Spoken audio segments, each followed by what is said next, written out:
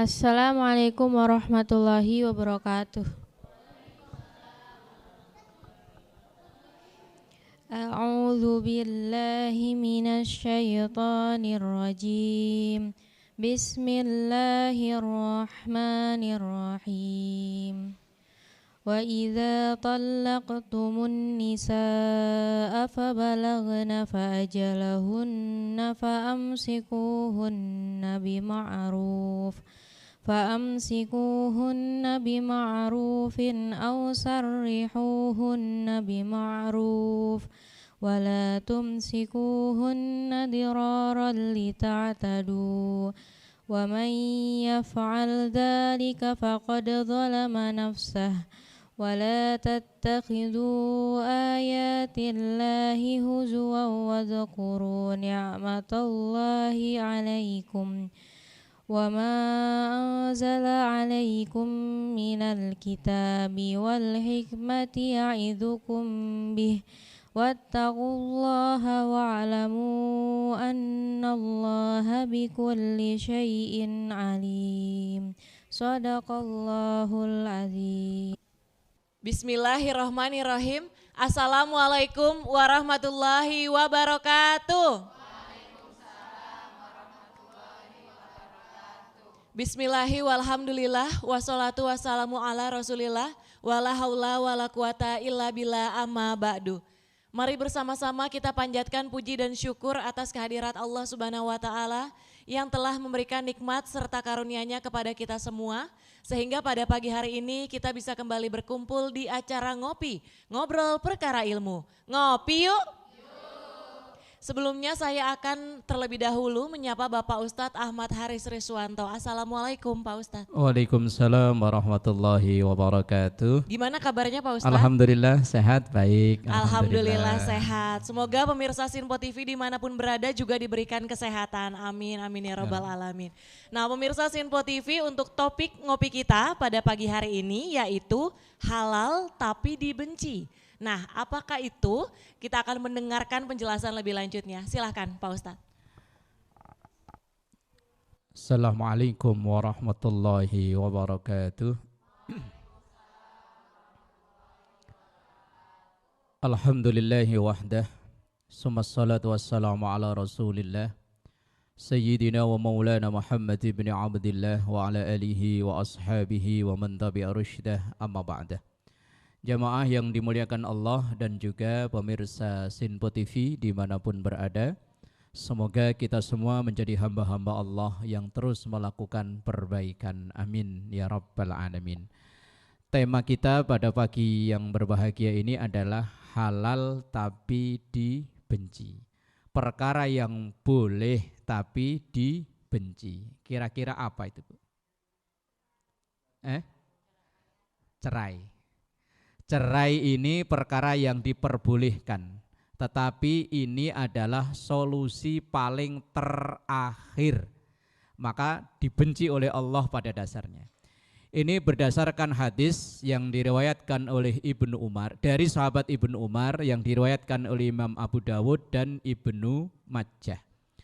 Rasulullah Shallallahu Alaihi Wasallam sampaikan, abghadul halali ilallahi at-talaq.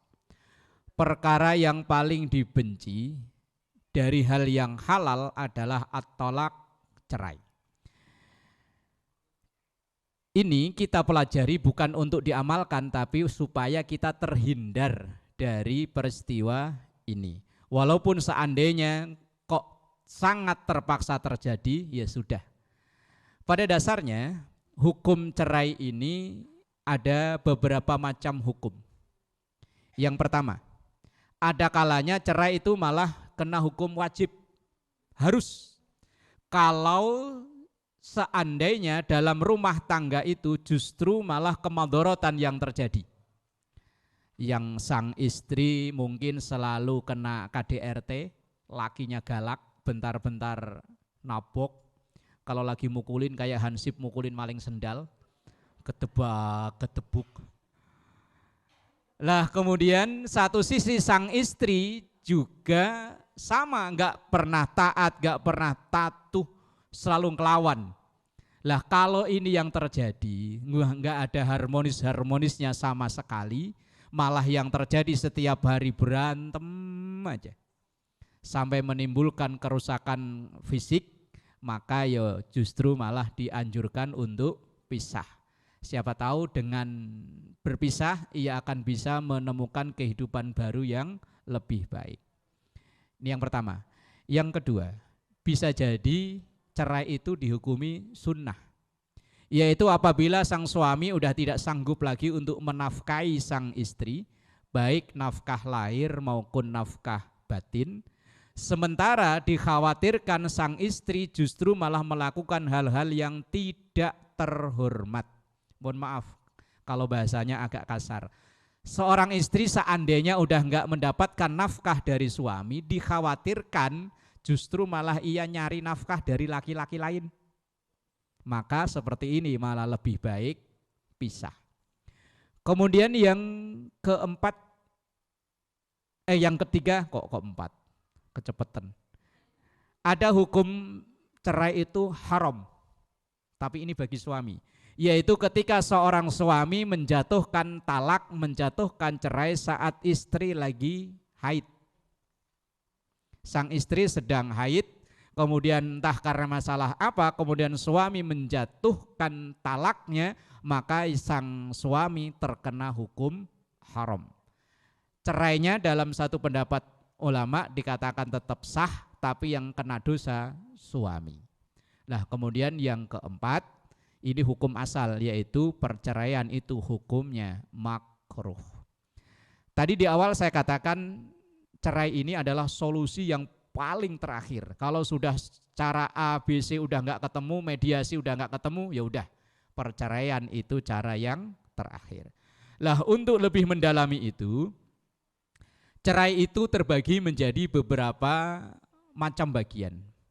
Dilihat dari sisi bahasanya yang diucapkan oleh suami, karena yang berhak menjatuhkan talak atau cerai itu suami, sementara istri tidak punya hak apa-apa. Tapi istri kadang menjadi pemancing talak atau cerai yang dijatuhkan oleh suami. Dilihat dari sisi bahasanya, cerai itu terbagi menjadi dua. Ada yang namanya shorih, ada namanya kinayah. Shorih itu cerai atau kata talak yang diucapkan oleh suami dengan bahasa yang jelas. Seperti misalnya cerai, pisah, talak. Ini kan bahasa jelas. Misalnya seorang suami ngucapin, kamu saya cerai. Maka saat itu juga cerai. Kalau lagi bercanda sama. Makanya jangan bercanda masalah ini. Bagi kita yang pengen rumah tangganya adem ayem, jangan main-main dengan kata ini, apalagi mulut suami. Karena ada hadis Rasulullah sampaikan, jidduhunna jiddun wa hizluhunna jiddun. Sungguh-sungguh ya jadi, bercanda ya jadi, yaitu cerai dari seorang suami ke istri. Yang kedua ada talak itu dilihat dari sisi bahasanya namanya kinayah. Kinayah itu pakai bahasa yang tidak jelas, pakai bahasa sindiran. Misalnya seorang suami bilang, ya udahlah kalau gitu kamu pulang aja ke rumah orang tuamu. Ini kan nggak jelas kan namanya. Itu kalau suami niat menceraikan, jadi itu cerai. Tapi kalau nggak niat, enggak. Lah kadang kan ya dipancing-pancing sama istri, istrinya nyanyi ya, pulangkan aku pada. Lah kata suami, ya udah pulang sono, anak lu bawa. Itu kalau suami ada niat maka jatuh cerai, tapi kalau enggak, ya enggak. Ini namanya talak kinayah. Kinayah itu memakai bahasa-bahasa yang tidak jelas. Nah itu kalau kinayah itu butuh niat dari sang suami. Tapi kalau yang shorih tadi memakai bahasa-bahasa yang jelas, niat nggak niat jadi itu kalau dari mulut suami. Kalau istri walaupun ngomong sejuta kali, ceraiin sampai ceraiin dihitung sampai 1.000.001 umpama. Kalau suaminya kok cicing wae, diem aja, nggak ngomong apa-apa, maka belum jatuh talak. Wallahu a'lam. Insyaallah dilanjut di segmen berikutnya. Baik, terima kasih Pak Ustadz. Nanti usai jeda kita akan lanjut ngobrolnya terkait dengan halal tapi dibenci. Tetap di Ngopi Yuk.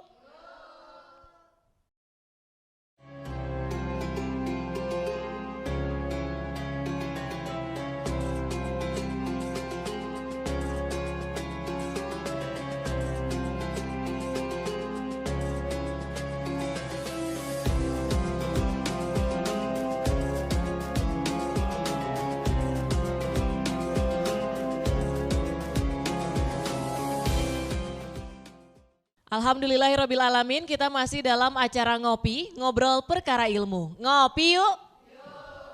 Sebelum kita lanjut terkait obrolan kita tadi halal tapi dibenci, akan terlebih dahulu dibuka untuk sesi tanya jawab untuk 2 orang penanya. Silahkan sebutkan nama dan juga pertanyaannya.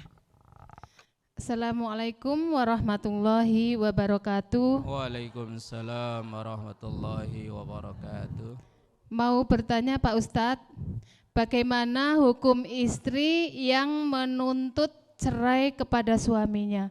Mohon penjelasannya. Wassalamualaikum warahmatullahi wabarakatuh. Waalaikumsalam Warahmatullahi wabarakatuh.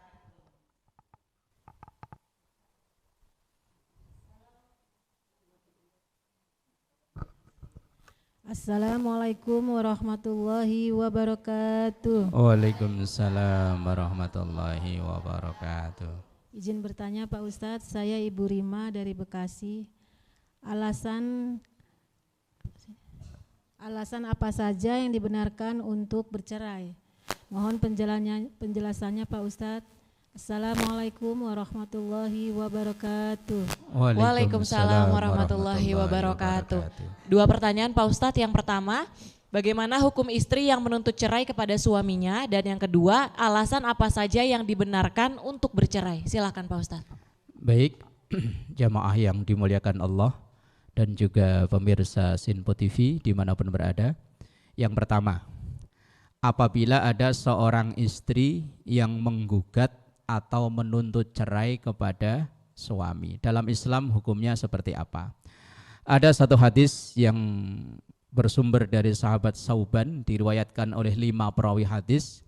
Rasulullah sallallahu alaihi wasallam sampaikan, ayyumam ra'atin sa'alat zawjaha at-talaqa fi ghairi ba'sin faharamun 'alaiha raihatal jannah. Siapapun istri yang sa'alat zaujaha, ia meminta kepada suaminya at-talaq, untuk bercerai. Berarti seorang istri yang menuntut atau menggugat cerai suami. Fi ghairi ba'sin, tanpa alasan yang dibenarkan. Oh, berarti ada alasan yang dibenarkan? Iya. Ini nyambung ke pertanyaan yang kedua. Seorang istri yang nuntut cerai kepada suami tanpa ada alasan yang dibenarkan, maka faharamun 'alaiha, maka haram bagi wanita tersebut raihatul jannah, baunya surga. Jangankan masuk, baunya aja enggak kecium. Ibarat restoran, itu restoran Jeki, jengkol, kan bahasa kerennya Jeki kan, itu dari jarak sekian meter kan udah kecium. Jangankan nyium, jangankan masuk, nyium aja enggak. Lah seorang istri yang tanpa alasan yang dibenarkan kemudian nuntut suaminya untuk minta cerai karena mungkin ada harapan di sono lebih subur, rumput tetangga lebih hijau. Padahal bisa jadi cuma dari kejauhan doang, begitu disamperin malah tambah kering. Tanpa ada alasan yang dibenarkan, maka bagi istri tersebut jangankan untuk masuk surga, baunya surga aja enggak bisa nyium. Itu kalau tidak ada alasan yang dibenarkan.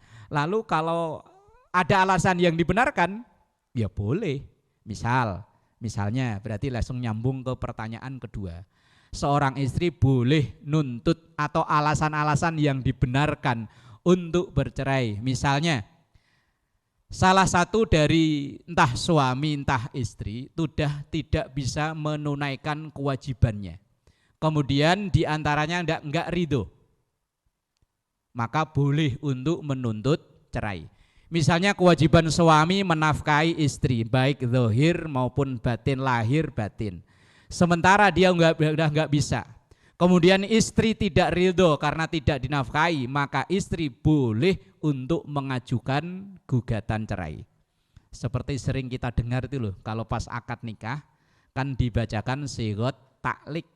Nah di situ kan kalau seandainya tidak menafkahi sekian bulan, kemudian istri enggak ridho menuntut ke pengadilan, kemudian membayar iwat 10 juta, maka 10 ribu.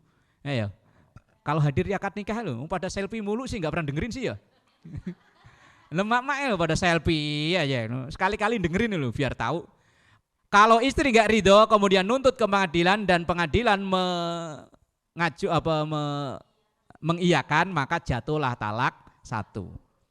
Itu kalau salah satu nggak ridho. Tapi kalau ridho, walaupun misalnya seorang istri suaminya udah nggak bisa memberi nafkah, baik lahir mau batin, tapi dia tetap ridho, mosok saya mau sama sehatnya doang, sakitnya nggak mau, tetap ridho, maka ini istri yang luar biasa. Tapi kalau seandainya dia nggak ridho, menuntut ke pengadilan, dibenarkan.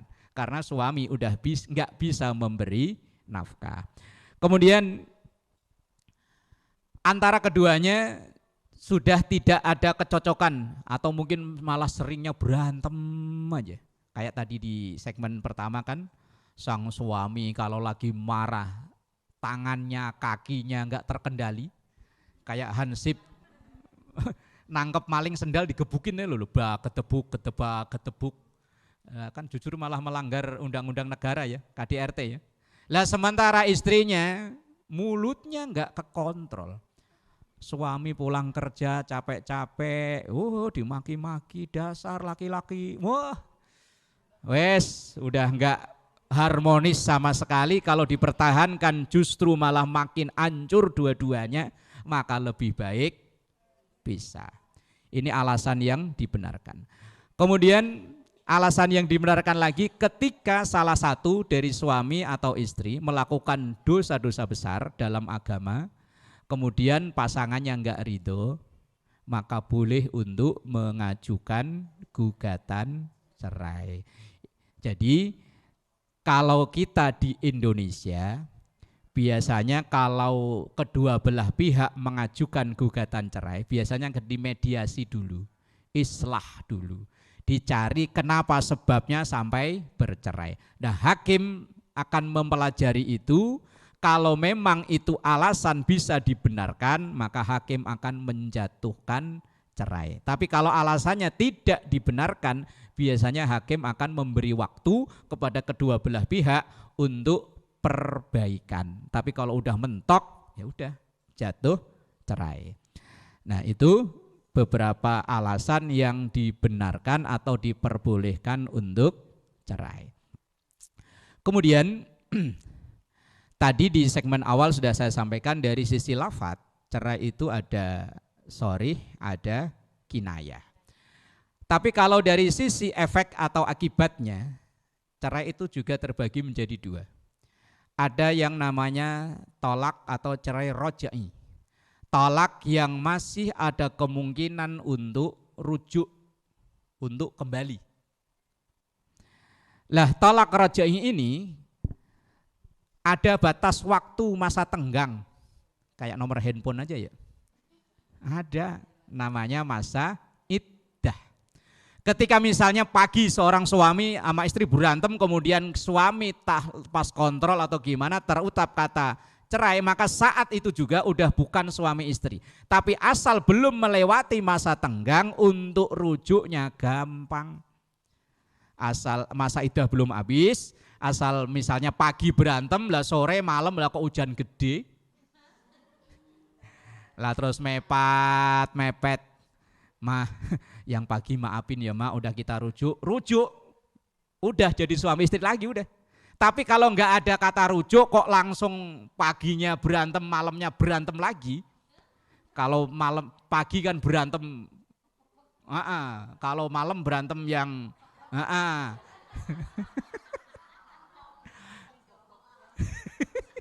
tanpa ada kata rujuk, itu bisa dikategorikan zina.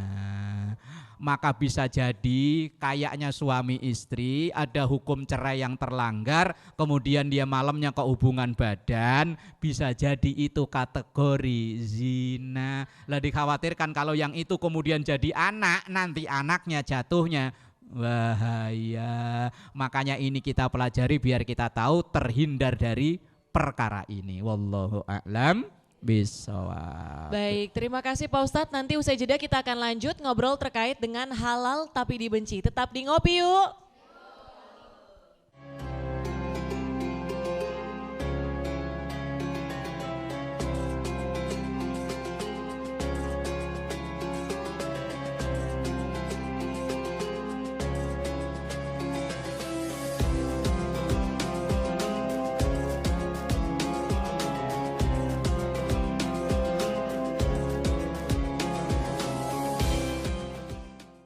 Pemirsa Sinpo TV dimanapun berada, kita masih dalam acara Ngopi, Ngobrol Perkara Ilmu. Ngopi yuk! Setelah di segmen sebelumnya sudah dibuka untuk sesi tanya jawab, di segmen terakhir ini kita akan mendengarkan penjelasan lebih lanjut terkait topik ngopi kita, yaitu halal tapi dibenci. Silahkan Pak Ustadz. Baik, jamaah yang dimuliakan Allah. Tadi di segmen sebelumnya sudah saya sampaikan talak atau cerai dari sisi akibatnya dibagi menjadi dua. Ada talak roja'i, talak yang mudah caranya untuk rujuk asal belum melewati masa iddah. Cukup sang suami bilang, ayo kita rujuk, maka sudah rujuk kembali menjadi suami istri. Kemudian yang kedua ada namanya talak bain. Talak bain itu jika menjadi dua, ada sugro, ada kubro.